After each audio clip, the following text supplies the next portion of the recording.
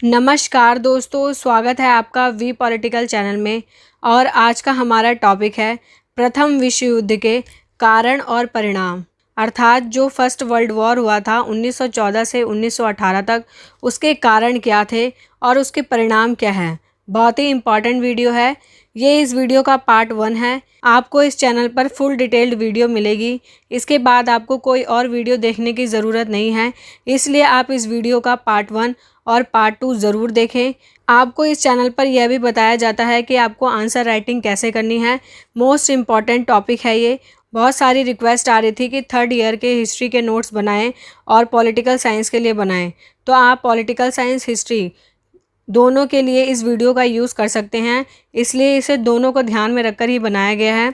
चाहे आप BA honours के स्टूडेंट हैं, BA programme, MA political science, MA या हिस्ट्री, सभी के लिए इम्पॉर्टेंट टॉपिक है। तो आप ये वीडियो पूरा ज़रूर देखें। कोई भी यूनिवर्सिटी से पढ़ रहे हो, चाहे डीयू हो, इग्नू हो, जामिया, सभी के लिए इम्पॉर्टेंट टॉपिक है ये। बेस्ट आंसर्स आपको इस चैनल पर मिलेंगे।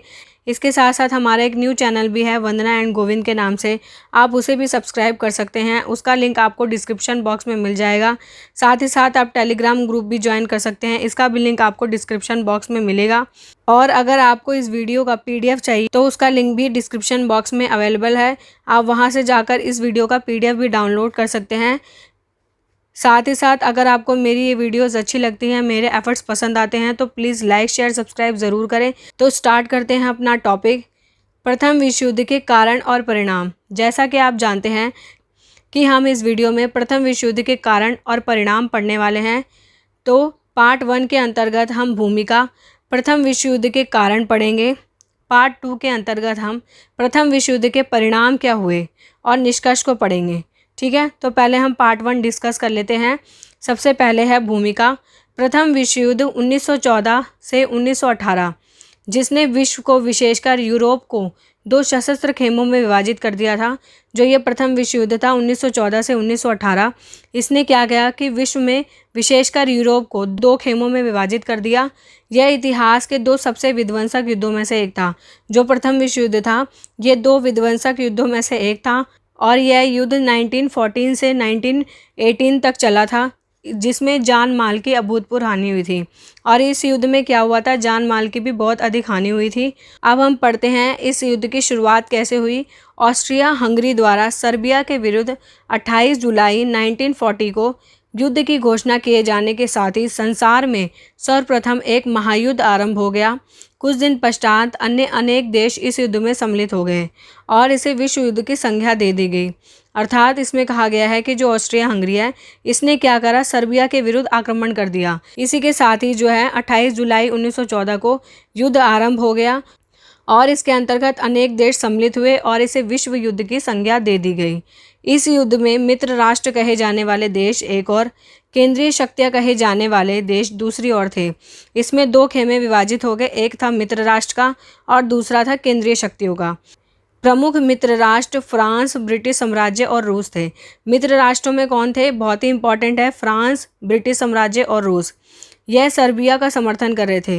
ये किसका समर्थन कर रहे थे, सर्बिया का समर्थन कर रहे थे, जिस पे ऑस्ट्रिया हंगरी ने आक्रमण कर दिया था।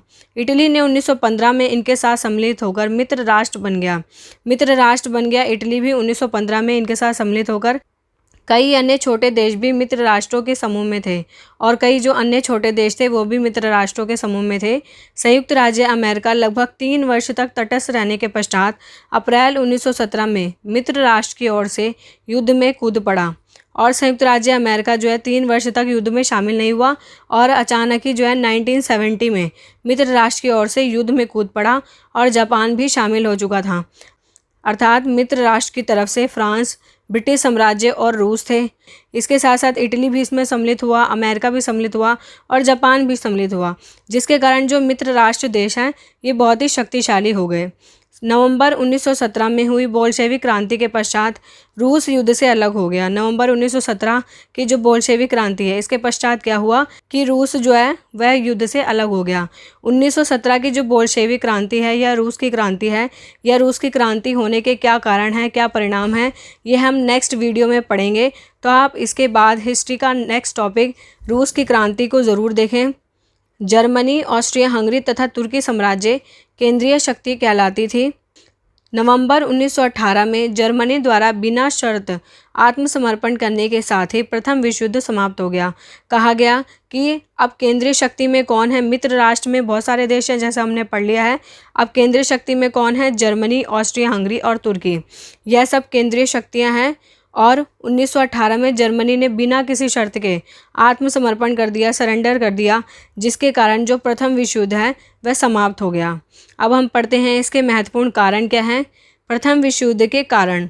राष्ट्रवाद। फ्रांस की क्रांति के पश्चात अंतर्राष्ट्रीय संबंधों में राष्ट्रवाद की प्रमुख भूमिका हो गई थी। अर्थात जो फ्रांस की क्रांति हुई थी उसके बाद क्या हुआ कि जो इंटरनेशनल रिलेशंस थे उसके अंतर्गत राष्ट्रवाद की भूमिका प्रमुख हो गई। व्यवहार में राष्ट्रवाद एकता तथा विभाजन दोनों का ही कारण सिद्ध हुआ। जो राष्ट्रवाद है ये एकता और विभाजन दोनों का ही कारण सिद्ध हुआ। राष्ट्रीय आकांक्षाओं के फलस्वरूप जर्मनी और इटली दोनों में पुनः एकीकरण हुआ। अर्थात राष्ट्रवाद की भावना के अधीन ही जो है जर्मनी और इटली का एकीकरण हुआ। राष्ट्रवाद की लहर ने तुर्की साम्राज्य के विघटन में सहायता की और राष्ट्रवाद की इसी लहर ने तुर्की साम्राज्य का जो है विघटन में सहायता की तथा बाल्कन एवं पूर्वी यूरोप के अन्य प्रदेशों में राष्ट्रीय स्वतंत्रता की मांग ने जोर पकड़ा। और बाल्कन, पूर्वी यूरोप के जो अन्य प्रदेश हैं उनमें राष्ट्रीय स्वतंत्रता की मांग ने जोर पकड़ा। सेकंड पॉइंट हम पढ़ते हैं, साम्राज्यवाद और उपनिवेशवाद। प्रथम विश्व युद्ध का एक अन्य कारण है साम्राज्यवाद तथा उपनिवेशवाद। आर्थिक साम्राज्यवाद भी प्रथम विश्व युद्ध का एक प्रमुख कारण सिद्ध हुआ। ब्रिटेन की औद्योगिक क्रांति तथा समूचे पश्चिमी यूरोप में तेजी से हुए औद्योगिकरण के कारण उपनिवेशवाद तथा साम्राज्यवाद को प्रोत्साहन मिला। इनमें से प्रत्येक औद्योगिक देश ने अपने साम्राज्य का विस्तार करना चाहा। इनमें से जो प्रत्येक देश हैं उन्होंने अपने साम्राज्य का विस्तार करना चाहा। प्रत्येक विकसित देश सस्ते मूल्य पर कच्चा माल खरीदना चाहता था। उन्हें दासों जैसे सस्ते श्रमिकों की और अपने उत्पादों के निर्यात के लिए बाजारों की भी आवश्यकता थी। इसके कारण साम्राज्य विस्तार के लिए होड़ आरंभ हो गई। इस होड़ का प्रभाव यूरोप की राजनीति पर भी पड़ा। कहने का अर्थ है कि जो साम्राज्यवाद और उपनिवेशवाद है इसने प्रथम विश्व युद्ध को भड़काने में महत्वपूर्ण भूमिका निभाई है। ब्रिटेन की जो औद्योगिक क्रांति थी और यूरोप में जो औद्योगिकरण हुआ, इसके बाद क्या हुआ, साम्राज्यवाद और उपनिवेशवाद को प्रोत्साहन मिला और सभी देश जो है साम्राज्य का विस्तार करना चाहते थे, जिसके कारण वह क्या चाहते थे कि वह कच्चा माल सस्ते मूल्यों पर खरीद सकें और श्रमिकों के साथ साथ जो है उत्पादों के निर्यात के लिए बाजार की भी आवश्यकता थी। इसके कारण साम्राज्य विस्तार के लिए होड़ आरंभ हो गई कि सारे देश यही चाहते थे कि वह साम्राज्य का अधिक से अधिक विस्तार करें, दूसरे देशों को अपने कब्जे में करें। इस होड़ का प्रभाव यूरोप की राजनीति पर भी पड़ा। यूरोप के अधिकतर देश यूरोप से बाहर अधिकाधिक प्रदेशों में अपना साम्राज्य स्थापित करना चाहते थे। ब्रिटेन जैसे देश जो हैं बहुत ही ज़्यादा अपना साम्राज्यवाद स्थापित कर चुके थे और प्रयास कर रहे थे, साथ ही साथ वह शक्तिशाली भी होना चाहते थे। सभी देश जो हैं यूरोप के वह शक्तिशाली होना चाहते थे और साम्राज्यवाद को बढ़ावा देना चाहते थे। इस प्रतिद्वंदिता ने प्रथम विश्व युद्ध का आधार तैयार किया। जो ये प्रतिद्वंदिता थी इसने भी प्रथम विश्व युद्ध का आधार तैयार किया। अब हम पढ़ते हैं इसका थर्ड पॉइंट, गुप्त संधियाँ। गुप्त संधियों की व्यवस्था को भी प्रथम विश्व युद्ध का एक कारण माना जाता है। फ्रांस प्रशा के पश्चात जर्मनी ने स्वयं को शक्तिशाली और फ्रांस को शक्तिहीन बनाए रखने के प्रयास किए। जो फ्रांस और प्रशा का युद्ध हुआ उसके पश्चात जर्मनी ने स्वयं को शक्तिशाली बनाया और फ्रांस को शक्तिहीन बनाए रखने के प्रयास करे। अगले 20 वर्षों तक बिस्मार्क जो है जर्मनी का प्रभावी नेता और विश्व राजनीति का एक महत्वपूर्ण अभिनेता बना रहा। उसने फ्रांस को मित्रहीन बनाने और जर्मनी के साथ अधिकाधिक देशों की मित्रता का प्रयत्न किया। यहाँ कहने का अर्थ यह है कि बिस्मार्क जो है जर्मनी का प्रभावी नेता था और उसने जर्मनी के साथ अधिकाधिक देशों की मित्रता का प्रयत्न किया और फ्रांस को वह जो है मित्रहीन बनाने में लगा हुआ था। इटली को जर्मनी ऑस्ट्रिया संधि में शामिल करके त्रिमैत्री संधि कर ली गई। इटली को जो है जर्मनी ऑस्ट्रिया संधि में शामिल करके त्रिमैत्री संधि कर ली गई। यह त्रिमैत्री संधि मूल रूप से फ्रांस की विरोधी थी। ये जो त्रिमैत्री संधि की गई ये किसके विरोधी थी? फ्रांस के विरोधी थी, क्योंकि फ्रांस को आगे नहीं बढ़ता हुआ देखना चाहता था। परंतु 1890 में बिस्मार्क के सत्ता से हटाए जाने के पश्चात त्रिमैत्री संधि के उत्तर में फ्रांस, रूस, ब्रिटेन त्रिकोण स्थापित करने के प्रयास आरंभ हो गए। इस प्रकार यूरोप स्पष्ट रूप से दो गुटों में विभाजित हो गए तथा अन्य देशों को अपने साथ मिलाने की प्रक्रिया आरंभ हो गई। एक थी त्रिमैत्री संधि और दूसरी थी त्रिकोण संधि। सैन्यवाद। सभी राष्ट्रों ने सैनिक शक्ति को राष्ट्रीय शक्ति का एक आधारभूत और सबसे अधिक मौलिक स्वरूप माना। कहा गया है कि जो सभी राष्ट्रों ने सैनिक शक्ति को राष्ट्रीय शक्ति का आधारभूत और सबसे मौलिक स्वरूप माना है कि अगर कोई सैनिक रूप से प्रबल है तो वह राष्ट्रीय शक्ति को बढ़ावा दे सकता है। राजनेताओं ने सैन्यवाद को एक लोकप्रिय व्यवहार बना लिया। जो सैन्यवाद है इसको लोकप्रिय व्यवहार बनाया है जर्मनी, इटली, फ्रांस, रूस, जापान ने सैन्यवाद के प्रति अपने प्रेम को बढ़ा लिया है। जो यह देश हैं इन्होंने सैन्यवाद के प्रति अपने प्रेम को बढ़ाया है। सैन्यवाद का गुप्त संधियों से प्रत्यक्ष और स्वाभाविक संबंध था। वास्तव में जो 19वीं शताब्दी थी उसके आरंभ में जो नेपोलियन है यह अति शक्तिशाली सेना से समस्त यूरोप को भयभीत कर दिया था। नेपोलियन ने अपनी जो शक्तिशाली सेना है इससे पूरे यूरोप को भयभीत कर दिया था। उसके उत्तर में अनेक राष्ट्रों ने अपनी सेनाओं को अधिक शक्तिशाली बनाना आरंभ कर दिया। सैन्यवाद का बहुत अधिक मात्रा में प्रचार प्रसार हो रहा था। यह भी एक महत्वपूर्ण कारण है प्रथम विश्व युद्ध को भड़काने में। ये जो नोट्स आपको प्रोवाइड किए जा रहे हैं बेस्ट नोट्स हैं। सभी बुक्स को एनालाइज करके अच्छे से मटेरियल प्रिपेयर करके तभी आपको इस चैनल पर पढ़ाया जाता है। तो अगर आप ये वीडियोस 2 या 3 बार देख लेते हैं तो आपको अच्छे से पूरा टॉपिक क्लियर हो जाएगा और कोई वीडियो देखने की ज़रूरत नहीं पड़ेगी। तो प्लीज़ लाइक और शेयर ज़रूर करें। हम पढ़ते हैं अपना नेक्स्ट पॉइंट, शस्त्र दौड़। प्रथम विश्व युद्ध को आगे बढ़ाने में जो अविश्वास थे, भ्रम का वातावरण था, इसने क्या किया, राष्ट्रों को अपनी अपनी सैनिक शक्ति बढ़ाने के लिए विवश कर दिया कि सभी अपनी सैनिक शक्ति को बढ़ाएं। इसने युद्ध पूर्व के समय की अंतर्राष्ट्रीय व्यवस्था में एक खतरनाक और एक अस्वस्थ शस्त्र दौड़ उत्पन्न की। इसने युद्ध से पहले ही अंतर्राष्ट्रीय व्यवस्था में क्या किया, एक खतरनाक और अस्वस्थ शस्त्र दौड़ आरंभ की। नौसैनिक प्रतिद्वंद्विता भी फर्स्ट वर्ल्ड वॉर का मुख्य कारण है। सैन्यवाद के प्रत्यक्ष रूप से संबंधित एक अन्य कारण भी है, वह है ब्रिटेन और जर्मनी के मध्य नौसैनिक प्रतिद्वंद्विता। ब्रिटेन और जर्मनी के बीच जो है नौसैनिक प्रतिद्वंद्विता थी। नौसेना के संदर्भ में 19वीं शताब्दी के अंत तक ब्रिटेन सर्वाधिक शक्तिशाली था। ब्रिटेन जो है 19वीं शताब्दी तक सर्वाधिक शक्तिशाली था नौसेना में। जर्मनी के युवा सम्राट विलियम द्वितीय ने शक्तिशाली नौसेना पर आघात करके ब्रिटेन की रक्षा व्यवस्था पर चोट पहुंचाई थी। मतलब जो जर्मनी के सम्राट थे विलियम द्वितीय, उसने क्या किया कि जो शक्तिशाली सेना थी ब्रिटेन की उस पर आघात करके उसे चोट पहुंचाई। अतः ब्रिटिश जर्मन नौसेना प्रतिद्वंद्विता भी जो है विश्व युद्ध का एक मुख्य कारण सिद्ध हुई। अब हम पढ़ते हैं इसका नेक्स्ट पॉइंट, अंतर्राष्ट्रीय संगठन का अभाव। प्रथम विश्व युद्ध का एक कारण यह भी था कि उस समय तक कोई प्रभावी अंतर्राष्ट्रीय संगठन नहीं था। उस समय तक कोई अंतर्राष्ट्रीय संगठन नहीं था तथा साम्राज्यवादी प्रतिद्वंद्विता और शस्त्रों की होड़ को रोका नहीं जा सका, जिसके कारण जो है साम्राज्यवाद की जो प्रतिद्वंद्विता थी और शस्त्रों की होड़ थी इसे रोका नहीं जा सका। यदि उस समय संयुक्त राष्ट्र संघ जैसा कोई संगठन होता तो शायद प्रथम विश्व युद्ध टल सकता था। ठीक है, अगर उस टाइम संयुक्त राष्ट्र संघ जैसा कोई संगठन होता तो शायद जो फर्स्ट वर्ल्ड वॉर था वो ना होता। समाचार पत्र पत्रिकाओं की भूमिका, ये भी एक महत्वपूर्ण कारण है प्रथम विश्व युद्ध का। समाचार पत्र पत्रिकाओं की नकारात्मक भूमिका भी युद्ध के लिए उत्तरदायी थी। अनेक देशों की सरकारों ने अपने पारस्परिक संबंध सुधारने की दिशा में बहुत से कदम उठाए थे, परंतु समाचार संचार माध्यमों द्वारा अन्य देशों के विरुद्ध किए गए शत्रुतापूर्ण प्रचार ने संबंध सामान्य बनाने की प्रक्रिया को असफल कर दिया। कहा गया है कि जो समाचार पत्र पत्रिकाएं हैं उस टाइम इन्होंने नेगेटिव भूमिका निभाई है।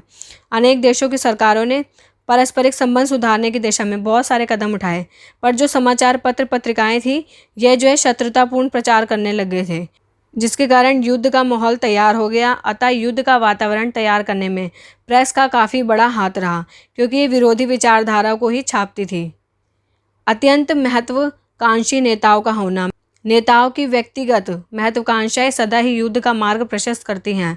केसर विलियम द्वितीय इतना शक्तिशाली, इतना महत्वाकांक्षी व्यक्ति था कि वह किसी भी समझौते के लिए तैयार नहीं था। वह यह स्वप्न देख रहा था कि यूरोप के सभी देश जर्मनी के नेतृत्व के अधीन आ जाएंगे। ऑस्ट्रिया सर्बिया हित संघर्ष ने युद्ध का वातावरण तैयार कर दिया था। कहने का अर्थ यह है कि बहुत सारे महत्वाकांक्षी नेता होते हैं जो युद्ध का मार्ग प्रशस्त करते हैं। यूरोपीय देशों की हावी स्थिति, एक और ब्रिटेन, फ्रांस, रशिया बहुत ही शक्तिशाली हैं, दूसरी ओर जर्मनी, ऑस्ट्रिया, हंगरी, इटली यह भी बहुत शक्तिशाली हैं। इनकी हावी स्थिति भी जो है जिम्मेदार है प्रथम विश्व युद्ध के कारणों में। महाशक्तियों के बीच पारदर्शी होड़, जर्मनी और फ्रांस का अल्सेस लॉरेन को लेकर झगड़ा, रूस और ऑस्ट्रिया को बाल्कन्स को लेकर झगड़ा, ब्रिटेन और जर्मनी का नौसेना विवाद, यह सभी जो है प्रथम विश्व युद्ध के प्रमुख कारणों में से एक हैं। तत्कालिक कारण जो बहुत ही इम्पॉर्टेंट है कि तत्कालिक कारण क्या रहा जिसके कारण प्रथम विश्व युद्ध आरंभ हुआ। ऑस्ट्रिया हंगरी तथा सर्बिया की प्रतिद्वंद्विता तथा उनके मध्य संघर्ष विश्व युद्ध एक प्रमुख और तत्कालिक कारण था। जैसा कि हम जानते हैं कि ऑस्ट्रिया हंगरी ने सर्बिया पर आक्रमण कर दिया, पर यह आक्रमण क्यों किया यह जानना बहुत ही ज़रूरी है। जो इसका तत्कालिक कारण है सेराइवो की 28 जून 1914 की घटना में, जिसमें ऑस्ट्रिया हंगरी के राजकुमार और उनकी पत्नी की हत्या कर दी गई। यह प्रथम विश्व युद्ध को भड़काने का तत्कालिक कारण बन गया। यही तत्कालिक कारण था जिससे प्रथम विश्व युद्ध भड़क गया। युद्ध का मार्ग पहले से तैयार था। सेराइवो हत्याकांड ने अंतिम चिंगारी का कार्य किया। इस पृष्ठभूमि में सेराइवो राजकुमार की हत्या ने युद्ध की घोषणा को नितांत आवश्यक बना दिया। इस पृष्ठभूमि में क्या हुआ, सेराइवो राजकुमार की हत्या ने युद्ध की घोषणा को नितांत आवश्यक बना दिया। अतः सर्बिया के विरुद्ध ऑस्ट्रिया हंगरी द्वारा युद्ध की घोषणा स्वाभाविक परिणाम सिद्ध हुई और सर्बिया के विरुद्ध जो है ऑस्ट्रिया हंगरी ने युद्ध की घोषणा की। शीघ्र ही अन्य देश युद्ध में कूद पड़े तथा युद्ध स्थानीय न रहकर विश्वव्यापी युद्ध में परिवर्तित हो गया। और यह युद्ध क्या हुआ, स्थानीय न रहकर विश्वव्यापी युद्ध हो गया और यही फर्स्ट वर्ल्ड वॉर के नाम से जाना गया। तत्कालिक कारण क्या था कि सेराइवो में ऑस्ट्रिया हंगरी के जो राजकुमार थे और उनकी पत्नी की हत्या कर दी गई और इसने अंतिम चिंगारी का काम किया, जिसके बाद प्रथम विश्व युद्ध की घोषणा कर दी गई, जिसमें एक तरफ मित्र राष्ट्र और एक तरफ धुरी राष्ट्र थे। और बाद में जो सेंट्रल पावर अर्थात जो धुरी राष्ट्र है जिसमें जर्मनी, ऑस्ट्रिया, हंगरी ये देश सम्मिलित हैं, इन्हें हार का सामना करना पड़ा और मित्र राष्ट्रों की विजय हुई। ओके, ये टॉपिक हमारा यहीं समाप्त होता है। अगर आपको ये वीडियो अच्छी लगी हो तो प्लीज़ लाइक शेयर सब्सक्राइब ज़रूर करें। बहुत ही एफर्ट लगते हैं एक वीडियो को प्रिपेयर करने में, इसको स्ट्रक्चर देने में, फिर इसको रिकॉर्ड करने में और फिर एडिट करके वीडियो डालने में। तो और इसका पार्ट 2 ज़रूर देखें जिसमें हम इसके आगे के टॉपिक परिणाम और निष्कर्ष को डिस्कस करेंगे। अगर आपके एग्ज़ाम में प्रथम विश्व युद्ध के कारण आए तो भी आपको इसकी भूमिका, कारण, परिणाम, निष्कर्ष लिखना है। और अगर इसके अंतर्गत आए सिर्फ परिणाम तो भी आपको यही स्ट्रक्चर फॉलो करना है, भूमिका, कारण, परिणाम और निष्कर्ष। तो पार्ट 1 पार्ट 2 दोनों ही इम्पॉर्टेंट है, इसलिए पूरा वीडियो देखें। और हमारा न्यू चैनल भी है, उसे भी आप सब्सक्राइब कर सकते हैं। उस पर आप वेडिंग से रिलेटेड मेरी बहुत सारी वीडियोस देख सकते हैं। अगर आपको ये वीडियो अच्छी लगी हो तो प्लीज़ लाइक शेयर सब्सक्राइब ज़रूर करें और ऐसे ही सपोर्ट करते रहें। Thank you so much for watching my video.